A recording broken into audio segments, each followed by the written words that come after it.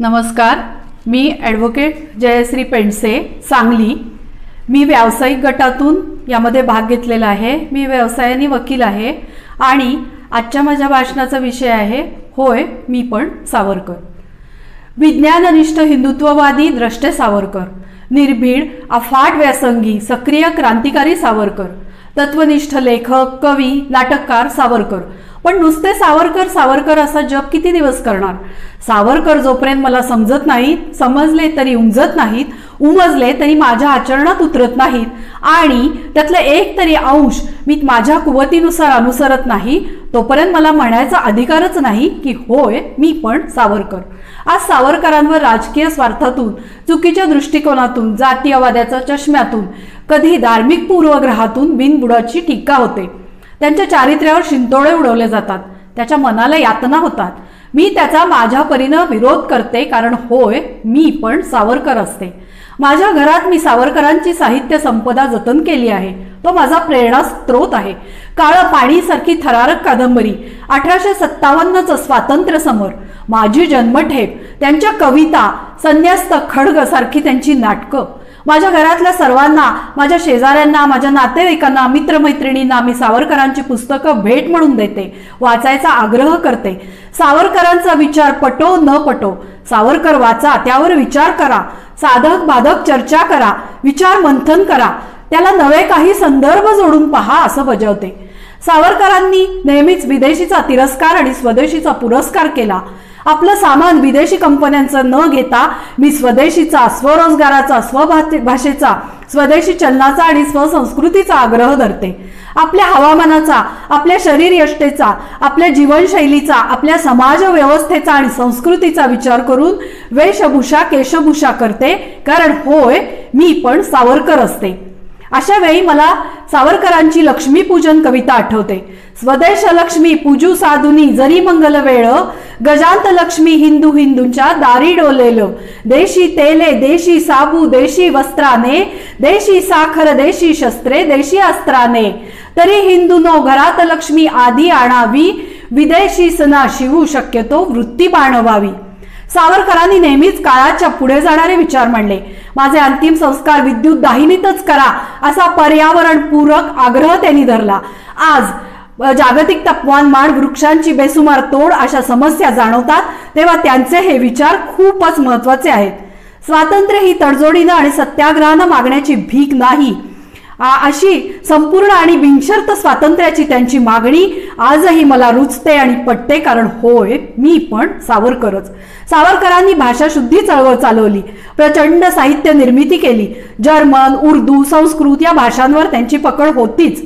मी जेव्हा मातृभाषेचा आग्रह धरते, भेळ मिसळ न करता व्यवहारात शुद्ध भाषेचा वापर करते, आपली मातृभाषा ज्याला उत्तम येते त्यालाच परभाषा चांगली अवगत होते, हे मला सावरकरांमुळे उलगडलं। भयंकर धेडगुजरी शब्द ऐकून आज माझ्या कानातले केस अक्षरशः जळतात, कारण मी अभिमानानं म्हणते होय मी पण सावरकर। सावरकरांना ओळखण्याआधी मुळात मलाच माझी नीट ओळख हवी, माझी शारीरिक मानसिक ताकद वाढवायची माझी तयारी हवी। सावरकरांचा बुद्धिवाद मला पचायला हवा, माझ्या देशाची, माझ्या घराची, माझ्या समाजाची परिस्थिती बदलायची माझी तयारी हवी, नाहीतर मला म्हणायचा अधिकार तरी आहे का होय मी पण सावरकर। माझ्या मुलामुलींना मी स्वभाषेवर प्रेम करायला शिकवते। दुसरी भाषा शिकणं म्हणजे स्वभाषेचा तिरस्कार नव्हे, स्वसंस्कृती टाकाऊ अशी समजू नये अशी मला खात्री आहे। माझ्या मुलांना मी भ्रष्टाचाराशी लढायला शिकवते। परदेशी न पळता इथल्या मातीशी स्वामी भक्ती बाळगा, वास्तवाचं भान ठेवून देशातल्या परिस्थितीत सुधारणा करा, ही प्रेरणा मी माझ्या मुलांना देईन, ती मला सावरकरांकडून मिळाली आहे, कारण होय मी पण सावरकरच। समान नागरी कायदा ही निसंशयपणे काळाची गरज आहे। अल्पसंख्याकांना यथोचित न्यायानं वागू, पण त्यांचं तुष्टीकरण नको। लोकशाही म्हणजे झुंडशाही नाही आणि घराणेशाही तर नाहीच नाही। राष्ट्रहित आणि मनुष्यहित सर्वतोपरी हा सावरकरांचा आग्रह होता। महिला सबलीकरणाचं त्यांचं कार्य आजही अनुकरणीय आहे। स्वतः माईंना त्यांनी महिलांचं सार्वजनिक हळदी कुंकू आणि सहभोजन करायला प्रोत्साहित केलं। मुळू रडणारी स्त्री नव्हे तर धैर्यवान स्त्री त्यांना मान्य होती। रशियातील घटस्फोट स्वातंत्र्याचा प्रयोग ही लेखमाला, स्त्री किर्लोस्कर या मासिकात स्त्री स्वातंत्र्याचा पुरस्कार करणारी लेखमाला त्यांनी लिहिली।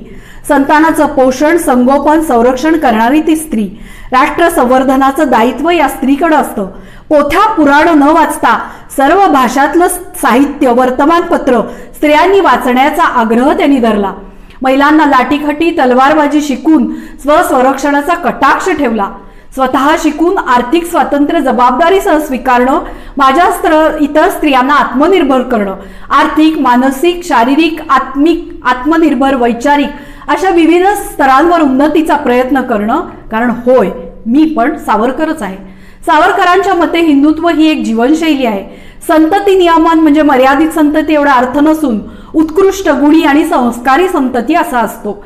संतती नियम सर्व धर्मांना सक्तीनं लागू करावं हा विचार किती दूरदृष्टीचा आहे. आज जातीपातीत संघर्षाची आग पेटली आहे. सावरकरांनी त्या काळात अशक्य वाटणारं जातीभेद निर्मूलनाचं कार्य केलं.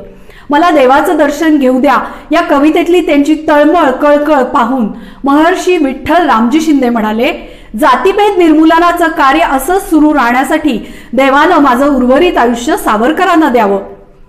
आज समाजात संधी साधूपणा वाढतोय. सावरकरांनी मात्र त्या काळात स्पर्शबंदी, धर्मबंदी, सप्तसिंधुबंदी याला विरोधच केला. गोपालन करा, गोपूजन नको असे धाडसी विचार मांडले. बुद्धीला पटेल तेच स्वीकारा असं बजावलं.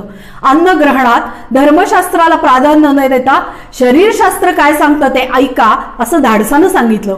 बुरसटलेल्या रूढींना त्यांनी विरोध केला. माझ्या आयुष्यात मी कर्मकांडाऐवजी विवेकाला स्थान देते. सावरकरांचं कार्य जणू महासागर. पण म्हणून काय मी माझा खारीचा वाटा उचलू नको? त्यांच्या कार्याला माझा हातभार लावू नको?